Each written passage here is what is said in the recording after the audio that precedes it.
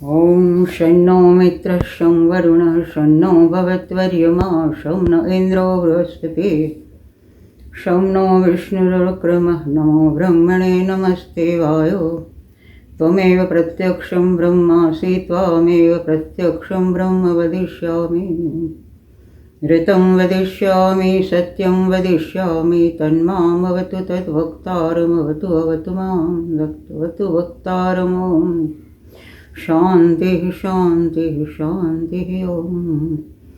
आया ही सत्य आविर्भव आया ही सत्य आविर्भव आया ही सत्य Avirbhav.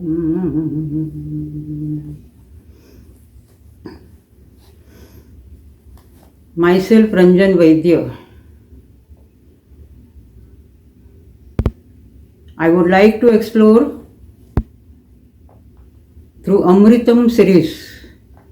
Amritam yani the nectar of life. Whichever insights have shown me the Amritam of my life. Now this is the time I think I should share with you the insights which you may perhaps like. आप सबने हरमन हेस की Siddharth novel तो पढ़ी होगी। Harman हेस was a Nobel laureate and this Siddharth सत्य की शोध में निकले गायत्री उपासक सिद्धार्थ की कहानी है। अनेक संप्रदाय कल्ट्स में वो स्वानुभव लेते हैं अपने मित्र के साथ। बाद में वेश्या व्यापार जुगाड़ सभी का अनुभव भी लेते हैं और बाद में वो ही नदी के किनारे पर आते हैं जहां पहले से वो छूटे हैं, जहां वासुदेव नाम का एक आदमी नाव चला रहा है और उससे ही उसका जीवन व्यवहार होता है। बुद्ध मिलते हैं तब भी उसका मित्र तो बुद्ध का अनुयायी हो जाता है, पर सिद्धार्थ बुद्ध का अनुयायी नहीं होता है। परंतु ये सभी जीवन के अनुभवों में से जब वो अभी फिर से नाव में ये कॉटेज में आ जाता है तब वो वासुदेव को कहता है कि ये पत्थर, ये वेश्या, ये व्यापारी, वो जुआरी, सब कोई बुद्ध ही है। इसमें वासुदेव सर्वमिति समहात्मा सुदुर्लभ, सब में वासुदेव का दर्शन होता है, सब में बुद्ध का दर्शन होता है और वो बुद्धत्व को प्राप्त कर देता है, स्वानुभव से बुद्धत्व प्राप्त करता है। 1972 में 1972 में उसके ऊपर फिल्म भी बनी है, शशि कपूर और सिमी गरेवाल अभिनीत। मैं जब से वास्तविक संपर्क में, वास्तविक जगत के संपर्क में आई तब से धर्म और अध्यात्म मेरे जिज्ञासा के विषय रहे हैं। जैसे दिव्यता का मुझे नशा लग गया है, पीते ही जाती हूं, मन नहीं होता है छूटने से। अराउंड 10 years of age, 10 साल की उम्र में मैं ये प्रस्तावना कर रही हूं, इसलिए थोड़ा मेरा परिचय दे रही हूं। इसमें कोई सेल्फ ग्लोरिफिकेशन की बात नहीं है। 10 साल की उम्र में गोपाल स्वामी करके मौनी स्वामी मेरे घर आए थे। उन्होंने स्लेट पर लिखा था कि ये बाल की अलौकिक है, उसे संभालना। और पिताजी और उनके मित्र दोनों ने मुझे बहुत छोटी उम्र में गीता और शिव महिम स्तोत्र कंठस्थ करवाए। इतनी गरीबी थी कि एक बार खाना मिले, दूसरी बार मिलेगा कि नहीं वो भी पता नहीं।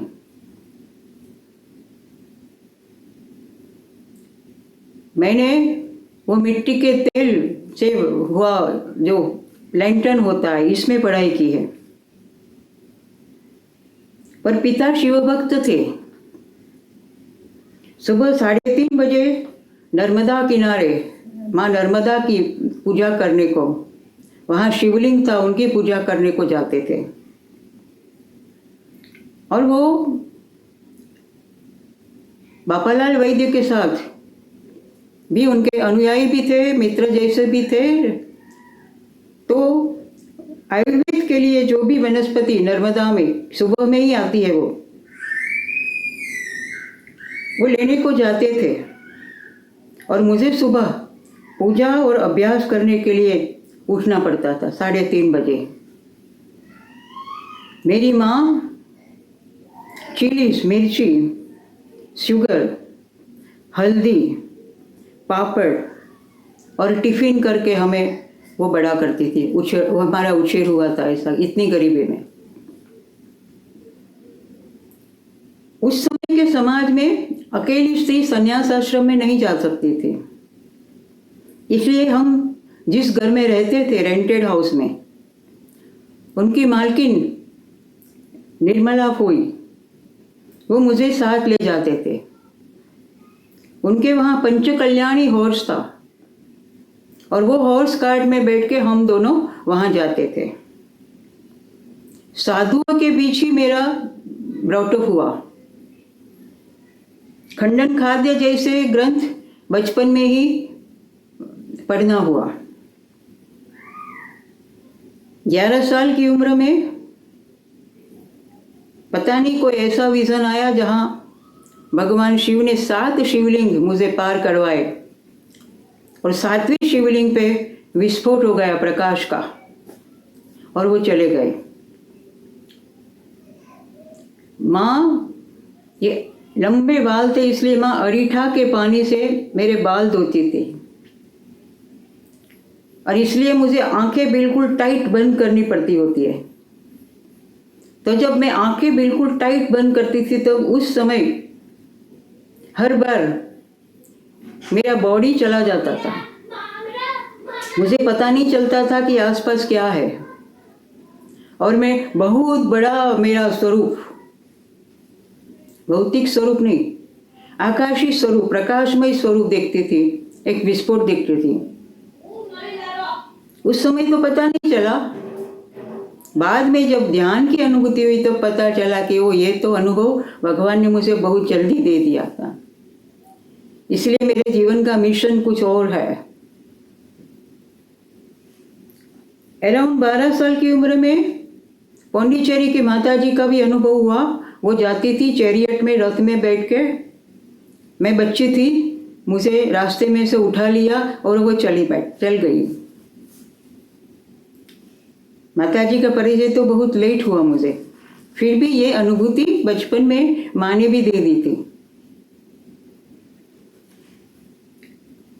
परमात्मा की खोज मेरे लिए मुख्य ध्येय था, जीवन का लक्ष्य था।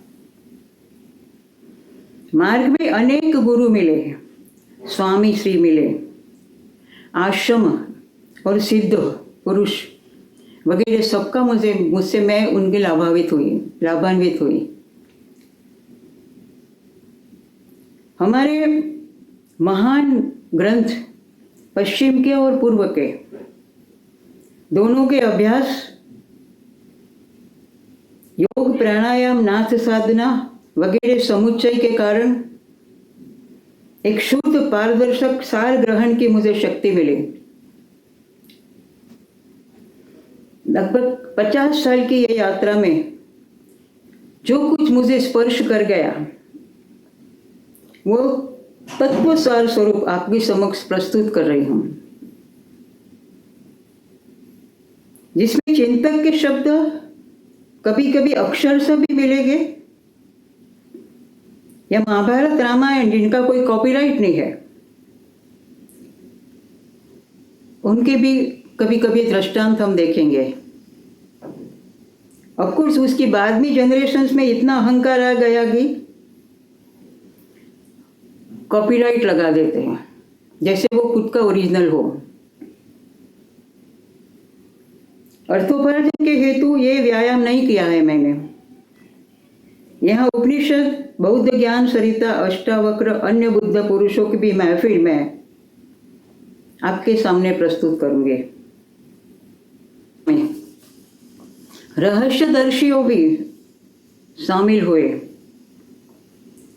सन्यासियों के द्वारा उपनिषद, कृष्णमूर्ति द्वारा शास्त्रों का इनकार, बुद्ध और ओशो द्वारा विश्लेषण की प्रकृति, श्री अरविंद द्वारा अमृत रस की रसधार, दुनिया भर के शास्त्रों पढ़ लिए। अब आई एम 70 नाउ, और 70वें साल में एक मात्र बचा है। एक श्री अरविंद की सावित्री का और श्री अरविंद का द्वैत का सौंदर्य, और दूसरा 2.5 साल की मेरी पौत्री डिनिशा, उसके साथ की मेरी प्रेमाळ मैत्री। उसने बालकृष्ण की मुझे झांकी करवाई। मेरे अरण्यमय जीवन में मैंने कभी कल्पना भी नहीं की थी। ऐसा उसका घुंघरिया वाला बाल, दाड़म की कली जैसे छोटे छोटे दांत, छोटी छोटी हथेली पाँव, झूम झूम करते झांझर, उसकी छोटी छोटी पग की पानी में इतने अच्छे लगते हैं। बस एक मोरपींछ बाकी है, और कुछ बचा है तो वेदांत का अद्वैत, जो मेरे परम गुरु विदितात्मानंद जी ने 35 साल से 35 ईयर्स से इतना भर दिया है। और सावित्री की पंक्ति हमें अविनाशी अखंड चैतन्य में मिला देती है। लिनिशा कृष्ण भक्ति में, और वेदांत असीम अफाट ब्रह्म की शांति में। जीवन में और क्या चाहिए? कुछ नहीं। सभी तृष्णा समाप्त हो गई, बस आपसे बात करने की तृष्णा रह गई है। I want to enjoy along with you.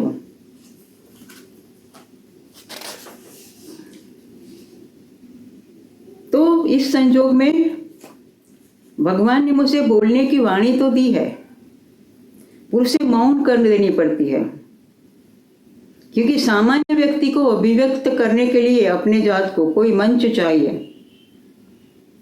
अगाऊ से जो वहां सेटल हुए वो व्यक्ति की हमें खुशामद करनी पड़ती है, फ्लैटरिंग करना पड़ता है। वही गुरु का शरण लिया है तो भी हमें साबित करना पड़ता है कि हम वो गुरु की शरण में है। और कला भी प्रभु ने दी है, और उसे स्थगित करनी पड़ती है, क्योंकि सब कुछ अर्थ के आसपास है, अहम के आसपास है। उपनिषद के ऋषि भले कहे कि ऐसा मैंने जाना, ऐसा हमने जाना, मीन्स अगाऊ जो भी कहा गया है वो ही मैं प्रस्तुत करता हूँ। ये उनका निरभिमान, उनकी नम्रता प्रस्तुत करती है। बट हाल ये जो परिस्थिति है इसमें ये शक्य नहीं है। मौलिकता तो कोई कृष्ण के पास या बुद्ध के पास हो सकती है, सामान्य मानवी की क्या पीड़ा, किसे कहना। हर एक अवतार मानव जीव के ऊर्ध्वमूल करने का कार्य करता है। विशाल परिप्रेक्ष्य में देखे तो हर एक व्यक्ति का अपना अवतार कार्य होता है। कोई पुस्तकालय बनाता है, कोई मंदिर बनाता है, कोई शाला महाशाला बनाता है, कोई अनाथ आश्रम वानप्रस्थ आश्रम बनाता है, कोई हॉस्पिटल बनाता है। मेरे छोटे से गरीबाई और कौटुंबिक संघर्ष में से निकले जीवन में मुझे छोटा सा अवतार कार्य मिल गया है, और वो है जो भी मैंने पढ़ा उसे सार स्वरूप आप सबके सामने प्रस्तुत करूं। और सार बढ़ के दृष्टाओं के समस्त दर्शन को जानना, समझना, क्योंकि समझ ही तप है।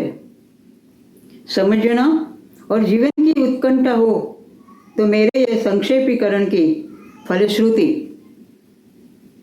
आपके सामने प्रस्तुत करती हूँ, आपको अर्पित करती हूँ, मेरे परमात्मा को अर्पित करती हूँ।